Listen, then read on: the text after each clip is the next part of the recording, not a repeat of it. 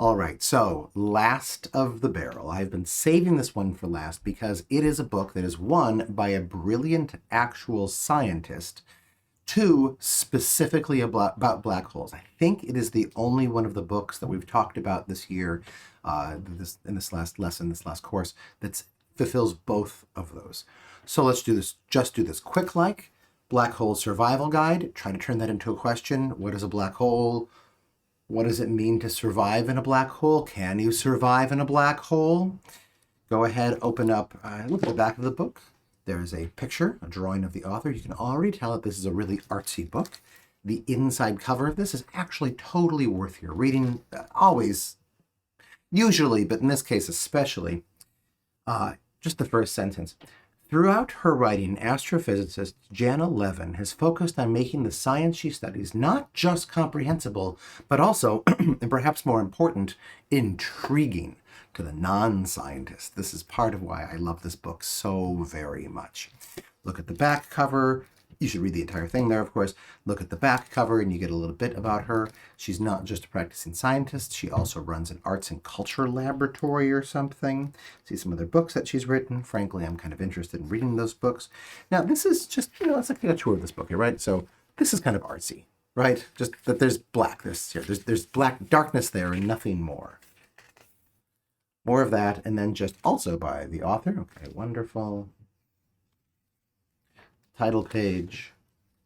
I feel like sometimes these opening pages are ignored, and oftentimes there's some very small, tiny nuggets of wonder inside of here. So this is really nice, right?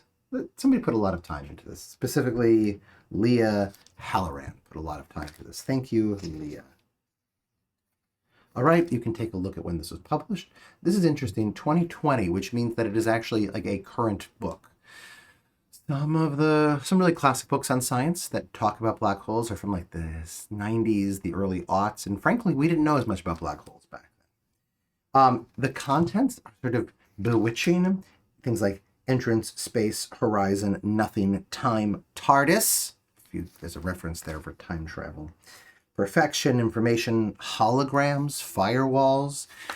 If we ever do a black holes part 2, it will talk about some of these other things, information, holograms, things of that nature. Yeah, she goes into these things.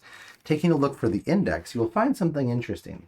In the place of where there ought to be an index, there is a note on the type, which talks about the font Garamond, which actually has such an interesting history, that specific font, that it is sort of tied to a quest to save the world, and is intimately bound up in the book Mr. Penumbra's Infinite Bookstore. I think I'm getting the title of that novel right. Recommended book for you, just FYI, if you want to know about the font Garamond, or if you just want a spinning, thrilling yarn.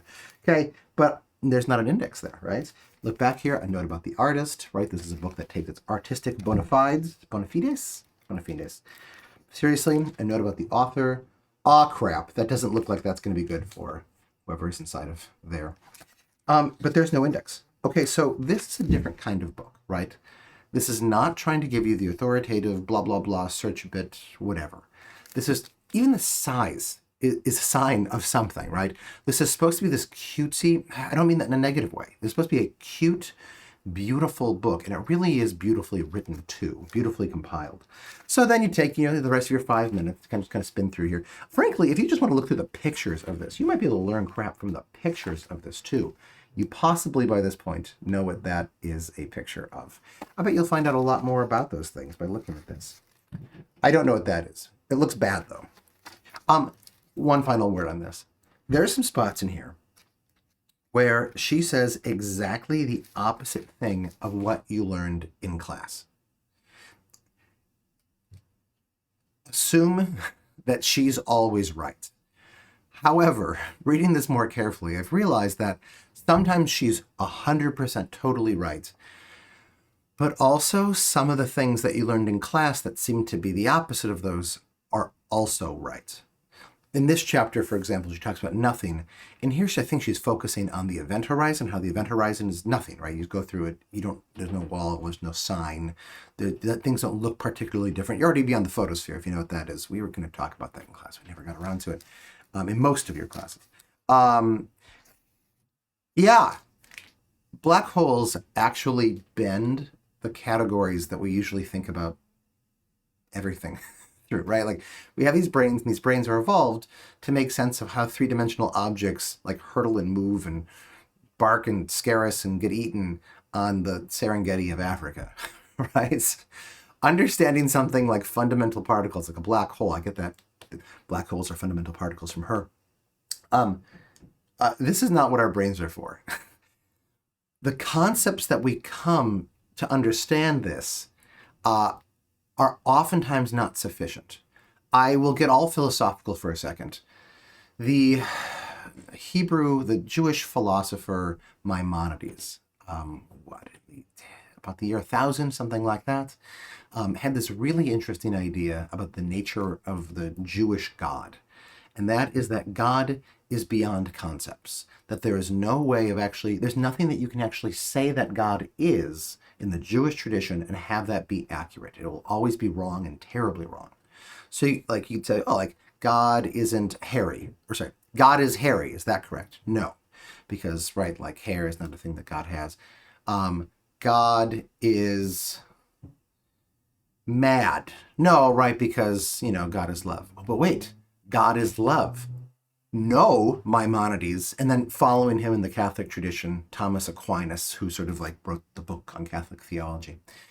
What they both said was that even an idea of love is a concept that we have from, this three-dimensional flesh space in the Serengetis of Africa, they wouldn't have put it like that, where we are trying to use this word love to describe, how our mothers nursed us or whatever, right? How a friend of ours died for us, right? Whatever. But God in the Jewish, Christian, Muslim tradition is not in three-dimensional flesh space.